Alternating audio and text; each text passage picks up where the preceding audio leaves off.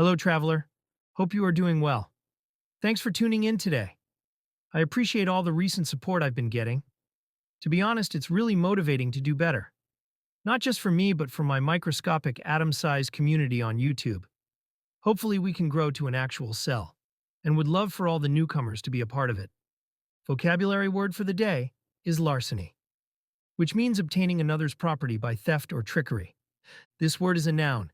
P.S. Do not try this at all. You'll definitely get charged. Just a heads up. Nevertheless, let's get started. I will be going over the topic of shaping your identity.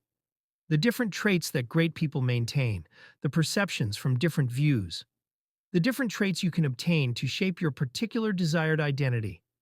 How to maintain consistency. Which I will give this disclaimer, I cannot teach you consistency, but I can teach you how to maintain it once it's in motion. Let's get into why you do what you do. Why you are who you are? What makes you do the things that you do on a daily basis? Well, whatever it is that you do, this makes up for what you don't show and tell people. People already have a perceived thought or opinion on you premeditatively. Whatever you don't show eventually will come out sooner or later. I had to learn that the hard way. That's a different topic for a different day, though. Let's review the certain traits that these people obtain. Having self-respect is a trait. Not a lot of people have this trait, but if you did, you'd be doing yourself a huge favor. The lack of self-respect grants the looker with more than what they need analytically. They look at you as a pushover, someone who lacks common human decency, and for the opportunist in the world, someone to take advantage of. This happens all too often. Not a big fan. But sometimes the opportunity shines a little brighter to others when presented with an individual that lacks self-respect. Remember that if you don't respect yourself, how do you expect anyone to respect you? Another trait is talking less and listening more. I can't tell you how many times I've just let someone talk after I purposefully asked a question or rebuttal, and they have spilled all the beans. I mean all of them, even unintentionally. So when I ask for information and I receive more than what I'm initially thinking I'll get, think about it as you just walked away with more facts than intended, and it'll start to become habit. And you can practice this by having actual genuine conversations with people, interacting with people. Remember, the more genuine you are, the easier it'll be with them. The less likely you'll run into conflict, and the smoother your results. What we are trying to achieve here is to get the person to trust that we are a safe and open-minded haven they can come to, letting down some, if not most, of the boundaries set by said person. And I don't want you to analyze this as them being weak, because not everyone has someone they can go and talk to. That's another reason why certain people might feel comfortable around you. And giving off that certain energy to where people feel like they can come to you for anything just means you have a gift. Not a lot of people are able to receive this gift, so please be grateful. Another trait is constant self-diagnosis. When you put yourself through constant self-diagnosis, you have a refined and consistent understanding of who you are or want to become. Yes, being better and getting better is hard, but at least it's achievable. If not for curiosity, then nobody would have a purpose, a reason why they do what they do. They have programmed their minds to where they have that time to work and do better with themselves. There isn't a lot of time in the world. Some people took advantage of that time, maximized it, and are where they want to be. Some younger than others. Meditating and being with a still mind improves breathing rate, cognitive function, and focus, which could be something that is holding you back.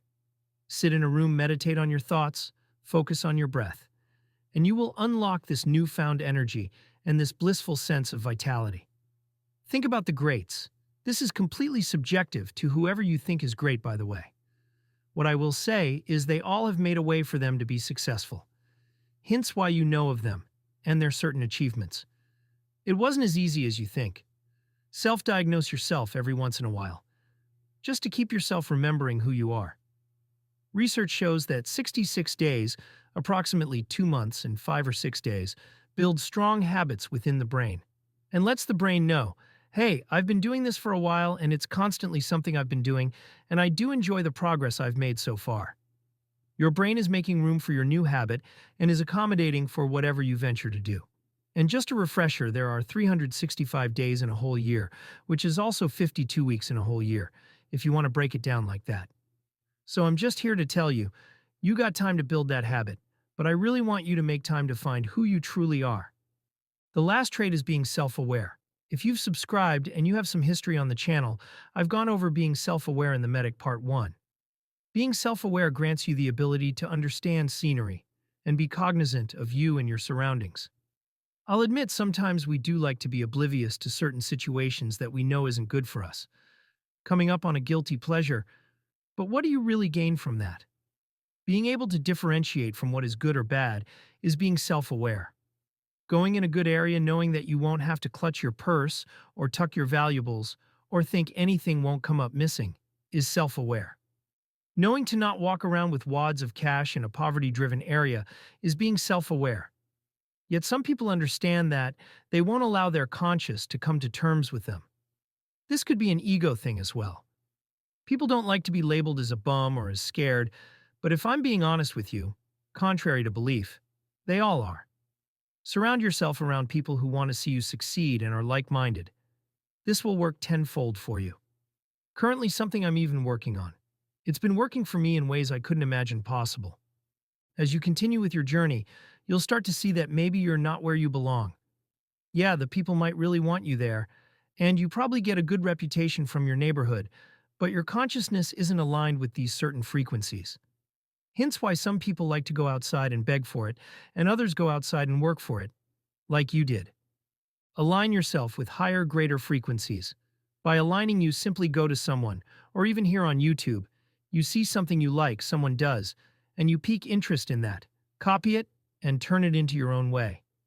If the knowledge benefits you, keep and retain. If it doesn't, discard and move on.